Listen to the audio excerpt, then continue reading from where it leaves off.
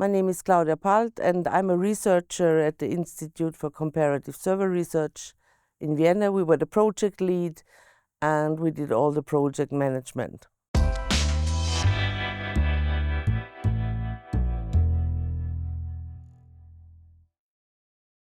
Yeah, so one of my tasks was to work for all the other partners and work packages, the parts where partners had to send some content. So it was like pandemic or migration. So each partner had to prepare, and the work package lead put together made the analysis. So this was one point. And actually where I was responsible with the French together was the qualitative empirical research. So in this project we have quantitative and qualitative. And the really good thing is normally quantitative and qualitative research is kind of an opponent. So what really was great there, that we all, we were working together. It was the whole picture, it was asked. And we coordinated the empirical research and the qualitative, and it was really huge. It needs a lot of preparation.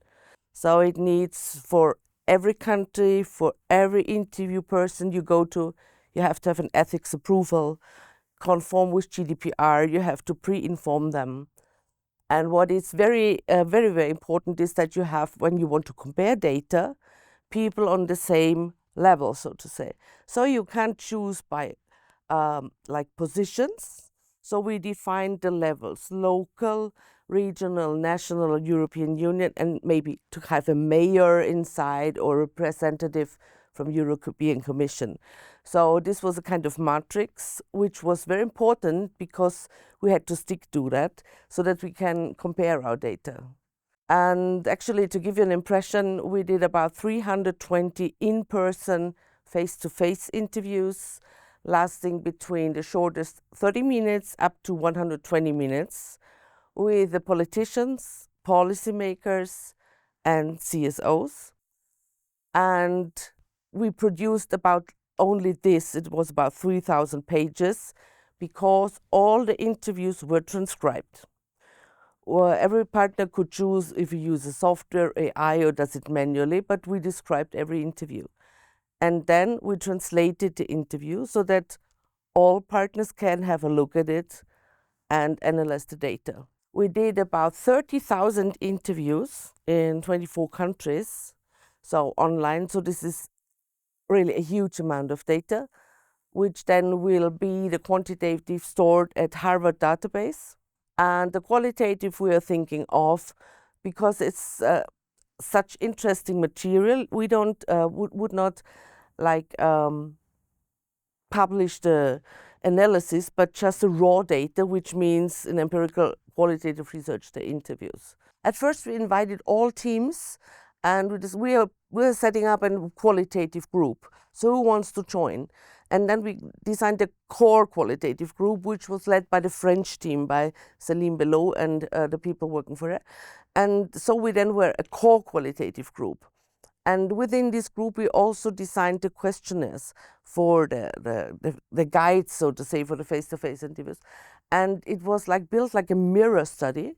So we asked some from the content the same questions to politicians and to CSOs, and actually also in focus groups, because we did about 22 or 21 focus groups as well. And this is really hard to describe because it takes 2 or 3 hours and you have 8 or 10 people. So the effort for describing in focus group is really hard.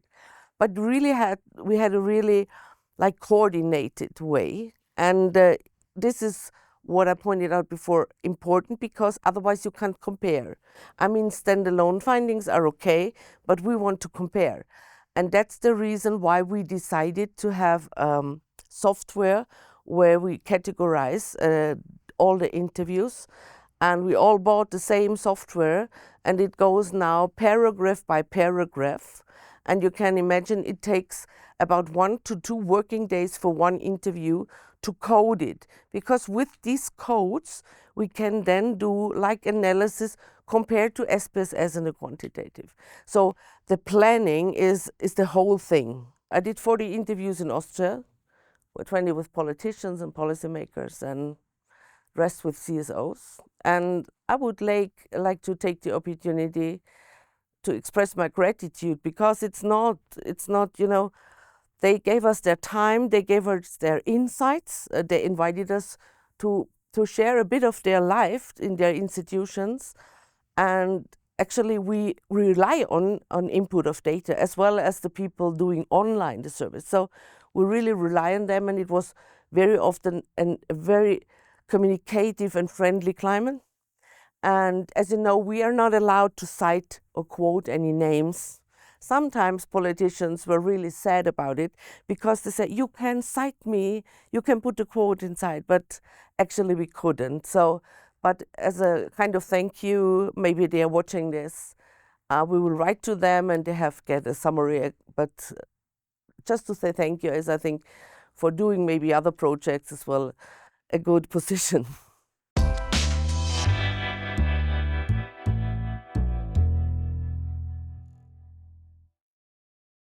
What people, like you say, trust has many perspectives, and trust and trustworthiness are seen in every country. There's some things that's the same, but some things are very different.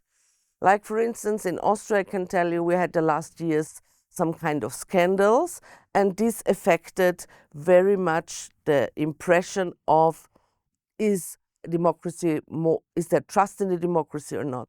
So we have findings that go over all interviews, so we are just touching the surface now. But like things, what was very important is transparency. What is that you are reliable, that you stick to that what you once said, that words and actions go conform. So this is for many people very important.